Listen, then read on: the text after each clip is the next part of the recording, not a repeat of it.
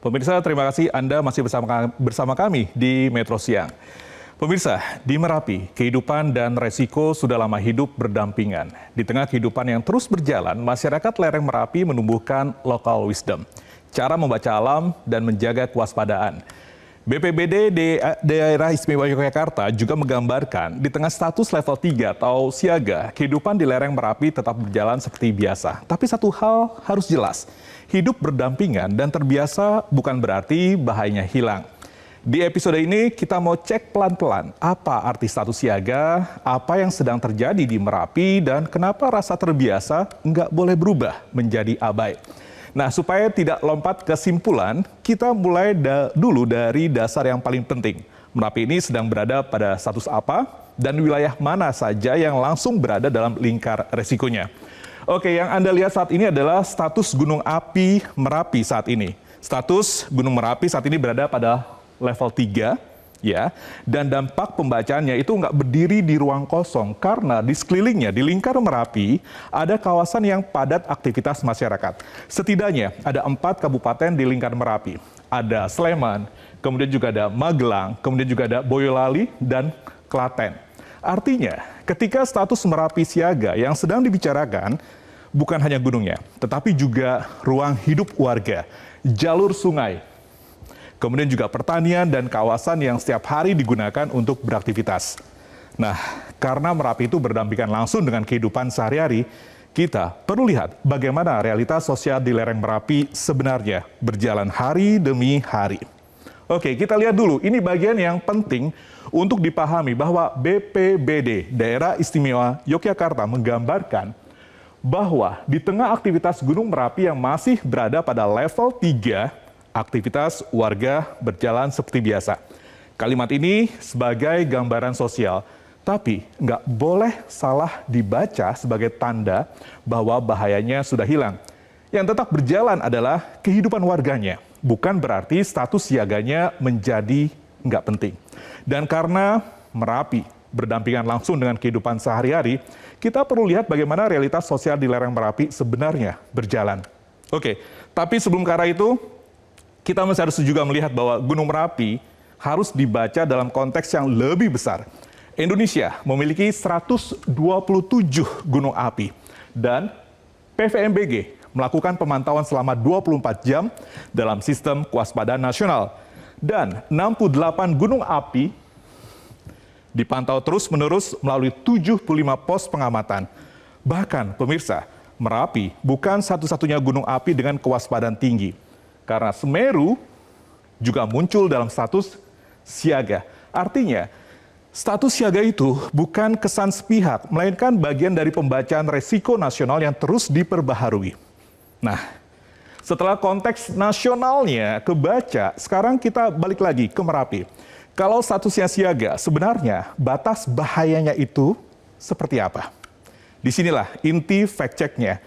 Bahaya bisa terasa makin akrab karena 2 hal. Pertama, karena masyarakat sudah terlalu sering hidup berdampingan dengan Merapi. Yang kedua, aktivitas harian masih tetap berjalan. Dari sini muncul resiko normalisasi, yaitu ketika ancaman yang masih nyata pelan-pelan nggak lagi dibaca dengan kewaspadaan yang seharusnya. Merapi memang akrab dengan kehidupan warga, tapi rasa akrab itu nggak pernah sama dengan rasa aman. Kalau gitu, untuk menguji apakah situasinya masih berbahaya, kita tidak cukup memakai rasa atau persepsi. Kita harus lihat apa yang dikatakan oleh otoritas resmi. Pernyataan resmi dari BPPTKG, yaitu Balai Penyelidikan dan Pengembangan Teknologi Kebencanaan Geologi, memberi batas yang sangat jelas.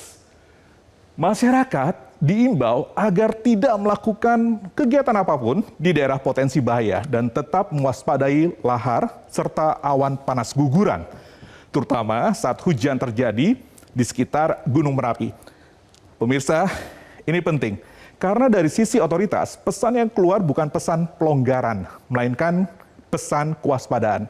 Jadi, kalau ada anggapan bahwa status siaga bisa dianggap biasa aja, peringatan ini justru menunjukkan sebaliknya. Dan imbauan itu nggak berdiri tanpa dasar.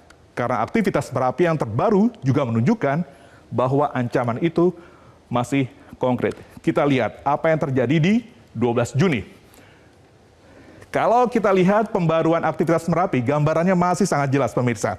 Statusnya tetap level 3 siaga dan tercatat 1 kali awan panas guguran pada kemarin 12 Juni pukul 6:16 waktu Indonesia Barat dengan jarak luncur 2.000 meter ke arah barat daya, yaitu di Kali Sat Kali Putih dalam periode tengah malam sampai dengan pukul 6 pagi. Juga tercatat 10 kali guguran lava dengan jarak luncur maksimum 2.000 meter ke arah Kali Boyong.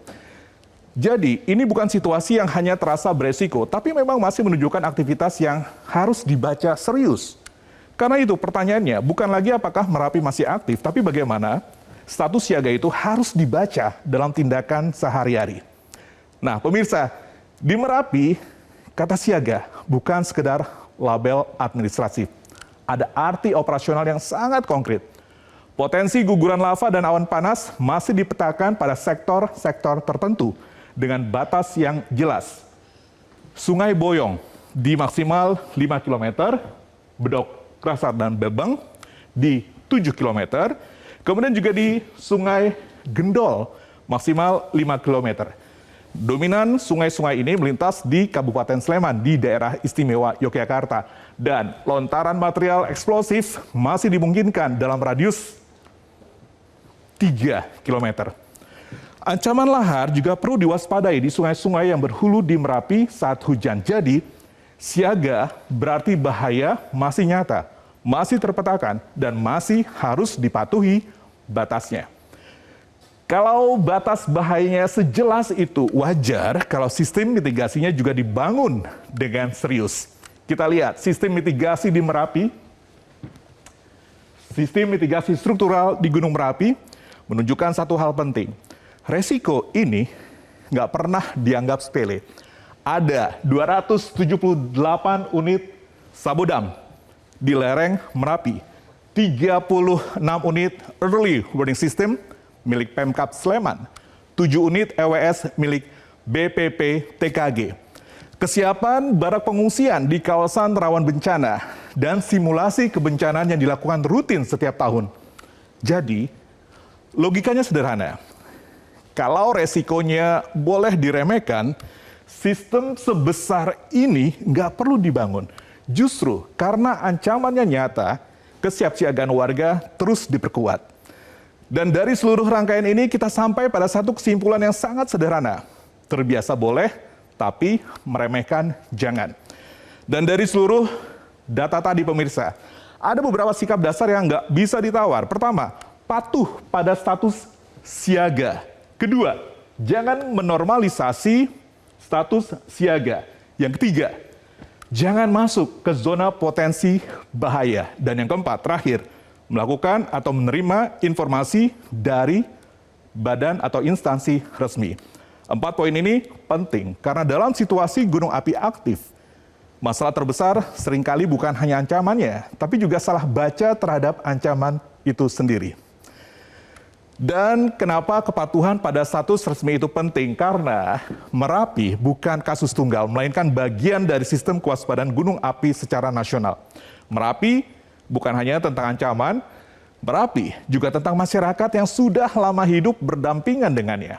Dari situlah local wisdom atau kearifan lokal tumbuh, bukan sebagai pengganti mitigasi, tapi sebagai kekuatan non-struktural yang menjaga ingatan, kepekaan, dan solidaritas warga. Dan ketika kearifan lokal itu bertemu dengan mitigasi struktural yang kuat, dengan peringatan dini, jalur evakuasi, infrastruktur pengendali, dan latihan kesiapsiagaan, maka perlindungan bagi warga juga menjadi lebih kuat. Jadi, pesan besarnya bukan memilih salah satu, tapi menjaga agar keduanya saling menguatkan. Local wisdom-nya hidup, mitigasinya kuat, dan keselamatan warga menjadi prioritas. Jelajahi cara baru mendapatkan informasi. Download Metro TV Extend sekarang.